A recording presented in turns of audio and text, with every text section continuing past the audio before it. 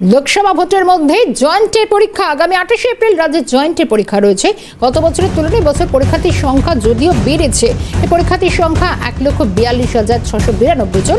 নির্বাচনের মধ্যে পরীক্ষা কিভাবে সম্ভব, এটাই এখন প্রশ্ন। কারণ ইতিমধ্যে লোকসভা নির্বাচনের দিন ঘোষণা হয়ে গিয়েছে।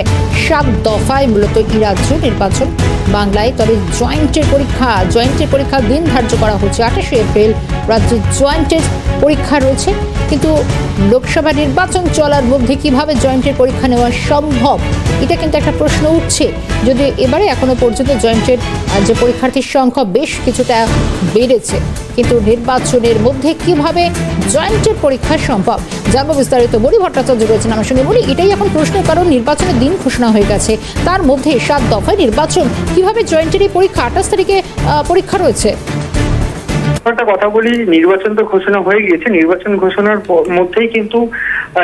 মধ্যেই কিন্তু পড়েছে রাজ্যের জয়েন্ট এন্ট্রান্স পরীক্ষা। যে জয়েন্ট এন্ট্রান্স পরীক্ষা কিন্তু এবছর গত বছরের তুলনায় কিছু পরীক্ষার্থীর সংখ্যা বেড়েছে, যেটা এবার 1,42,792 জন পরীক্ষার্থী রয়েছে।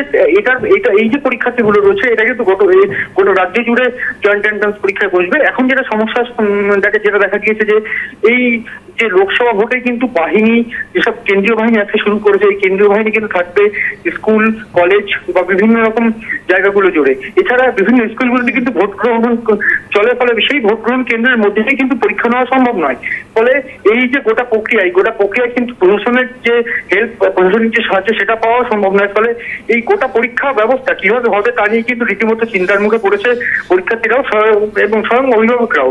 এছাড়া প্রশাসনও চিন্তার মুখে রয়েছে যে তারা এই গোটা পরীক্ষার্থীদের নিরাপত্তাজনিত যেসব ব্যাপারগুলো থাকে সেগুলো কিভাবে কি ম্যানেজ করবে, এটাও সমস্যার মুখে তারা পড়েছে। এছাড়া advance society for headmaster and হেডমিস্ট্রেসের তরফ থেকে কিন্তু এই গোটা প্রক্রিয়া কিন্তু ইতিমধ্যেই একটি চিঠি করে জানানো হয়েছে রাজ্য জয়েন্ট এন্ট্রান্স বোর্ডকে, যে এই পরীক্ষা যেন তারা বিবেচনা করে এবং সেদিকে ধন্যবাদ জানাই। সঙ্গে ছিলেন মণি ভট্টাচার্য।